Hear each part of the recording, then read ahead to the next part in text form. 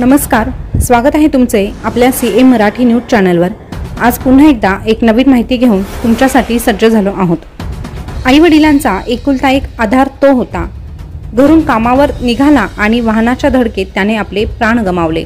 ही दुःखद घटना कुठे आणि कशी घडली आहे हे सविस्तररित्या जाणून घेण्यापूर्वी आपल्या CA मराठी न्यूज चॅनलवर पहिल्यांदाच आले असाल तर चॅनलला सबस्क्राइब करा आणि शेजारचं बेल बटन प्रेस करून ठेवा, जेणेकरून नवीन आलेली अपडेट सगळ्यात अगोदर तुमच्यापर्यंत पोहोचेल।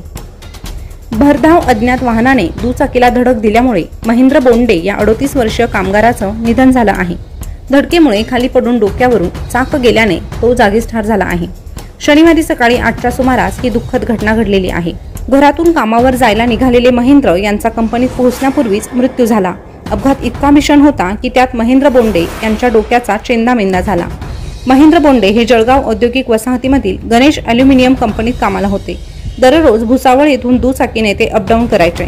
शनिवारी सकाळी कामावर जाताना खेडी फाट्याजवळील अरुंद पुलावर अज्ञात वाहनाने त्यांच्या दुचाकीला जोरदार धडक दिली, त्यामुळे ते रस्त्यावर पडले। त्यांच्या डोक्यावरून चाक गेल्याने ते जागीच ठार झाले।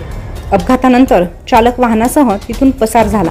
ज्या ठिकाणी हा अपघात झाला ते ठिकाण अरुंद पुलाचे असून आजूबाजूला नाला आहे, तसेच काही अंतरावर शेती असल्याने घटनास्थळ परिसरात CCTV नाहीत। या अपघाताचे फुटेज मिळणे अवघड असले तरीही धडक देणारे वाहन ट्रक असावे असा अंदाज पोलिसांनी व्यक्त केलेला आहे। या प्रकरणी MIDC पोलीस ठाण्यात अज्ञात वाहन चालकाविरुद्ध गुन्हा दाखल करण्यात आलेला आहे। महेंद्र बोंडे यांच्या आईवडिलांचे बायपास झालेले असून त्यांना मधुमेह आणि इतरही व्याधी आहेत। वृद्ध आईवडिलांचे महेंद्र हे एकुलता एक आधार होते। कंपनीत काम करून मिळणाऱ्या पगारावर ते आजारी आईवडिलांचा सांभाळ करण्यासह त्यांचा उपचारही करत होते। मात्र आता या अपघाताने आईवडिलांचा आधार हिरावला आहे। वृत्त समजतात कंपनी मालकासह कामगारांनी रुग्णालयात धाव घेतली। अपघाताच्या एक दिवस अगोदरच शुक्रवारी संध्याकाळी कंपनीतील सहकारी युनुस पठाण हे नमाज पठण करून आल्यानंतर महेंद्र यांनी मेरे लिए क्या मांगा असा प्रश्न केला होता। त्यावेळी तेरे लिए दुआ मांगी असं उत्तर पठाण यांनी दिले होते। हे क्षण आठवत पठाण यांचा कंठ दाटून आला होता। तर अंगावर शहारे आणणारी ही दुःखद घटना ऐकल्यानंतर तुमच्या काय प्रतिक्रिया आहे हे कमेंटद्वारे नक्की कळवा। अशाच नवीन ताज्या घडामोडी आपल्या CA मराठी न्यूज चॅनलवर पाहत रहा। धन्यवाद।